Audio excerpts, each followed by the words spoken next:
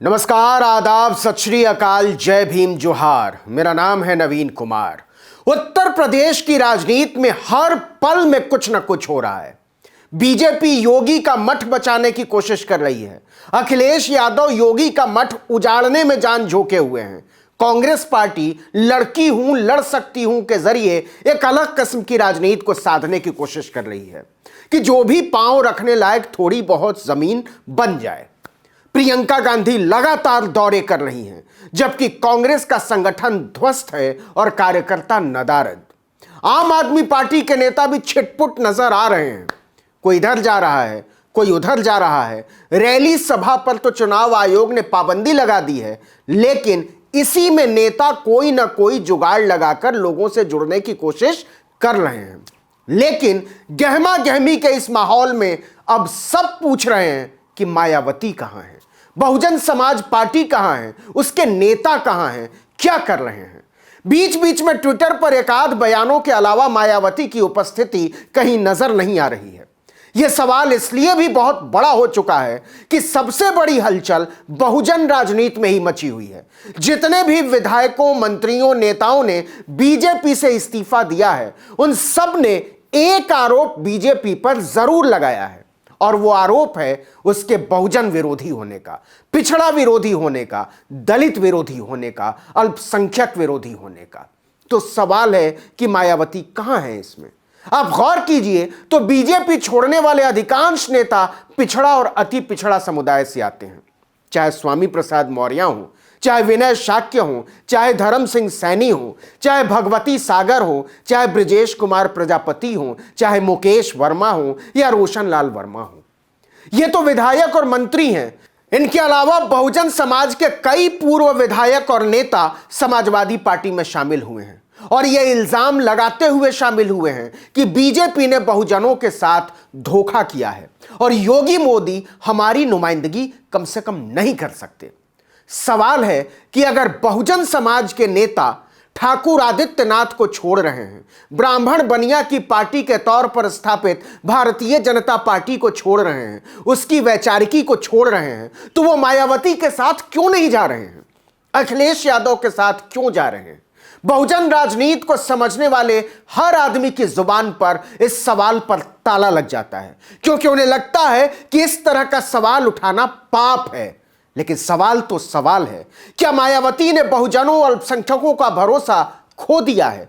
क्या ब्राह्मणों के दम पर अपनी राजनीति को साधने निकली मायावती बहुजनों को ही गंवा चुकी हैं?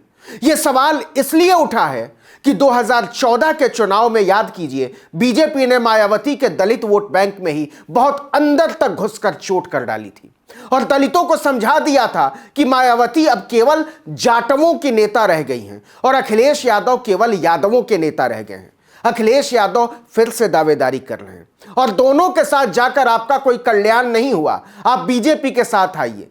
गैर जाटव दलितों ने इस पर भरोसा करके जमकर बीजेपी को वोट दिया था। नतीजा यह हुआ कि मायावती लोकसभा में खाता खोलने तक के लिए तरस गई थी। यहां तक कि दलितों के लिए आरक्षित उत्तर प्रदेश की 17 की 17 सीटें बीजेपी जीत गई थी। 2019 में बहुत मुश्किल से 2 आरक्षित सीटें और 7 सामान्य सीटें बीएसपी अपने खाते में वापस ला पाई। लेकिन इस बार मुश्किल कहीं ज्यादा बड़ी है, क्योंकि यह करो या मरो का चुनाव है। अखिलेश यादव अपने पुराने वोट बैंक की दावेदारी कर रहे हैं। प्रियंका गांधी ने दिन रात एक कर रखा है। बीजेपी की तो पूछिए ही मत। सब अपनी अपनी नीतियां भी सामने रख रहे हैं, बीजेपी पर निशाना भी साध रहे हैं और सोशल इंजीनियरिंग को भी साधने की कोशिश कर रहे हैं। और यह सारा खेल बहुजन आधार पर हो रहा है। बीजेपी ने जिस बहुजन विमर्श को हिंदुत्व की हवा में बहुत करीने से किनारे लगा दिया था, वो एक बार फिर से चर्चा में आ चुका है। मोदी योगी शाह के चेहरे पर हवाइयां उड़ रही हैं कि इनमें इतनी ताकत कहां से आ गई, और लोग चीख चीख कर कह रहे हैं कि दलितों, पिछड़ों, किसानों, बेरोजगारों, नौजवानों और छोटे व्यापारियों ने अपनी ताकत पहचान ली है। जो कमाल है वो ये कि इस भूचाल के सूत्रधार उन पिछड़े नेताओं की कतारें हैं जो पिछले 5 साल से अपने वैचारिक विरोधी, राष्ट्रवादी पार्टी, बर्बर हिंदुत्ववादी और मुसलमान विरोधी नेताओं और पार्टी की पालकी ढो रहे थे। इन 5 सालों में उन्होंने चूं तक नहीं की थी।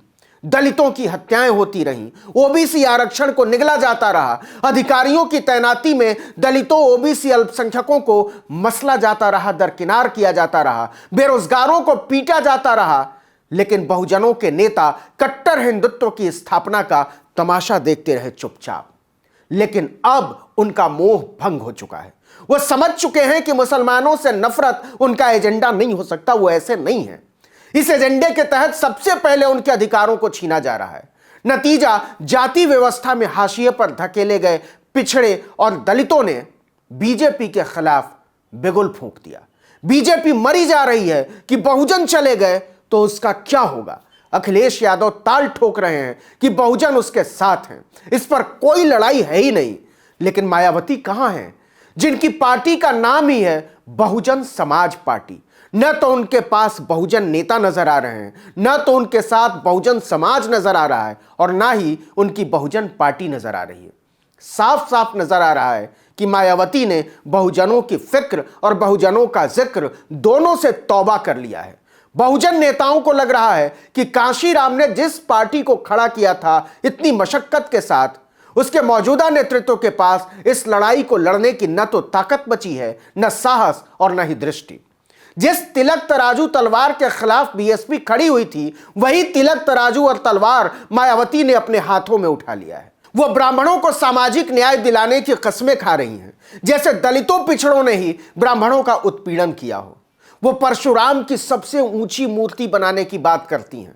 वो ब्राह्मणों को सबसे ज्यादा टिकट देने की बात करती हैं चुनाव में। और उनके सबसे बड़े नेता कौन हैं? सतीश मिश्रा।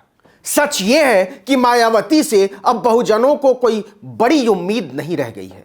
वो कांशीराम की राजनीति, पार्टी और विचारधारा तीनों को तिरोहित कर चुकी हैं। संदेश तो यहां तक जा रहा है कि वो बीजेपी से अंदर ही अंदर समझौता कर चुकी हैं और उनका छिपा समर्थन उसे मिला हुआ है।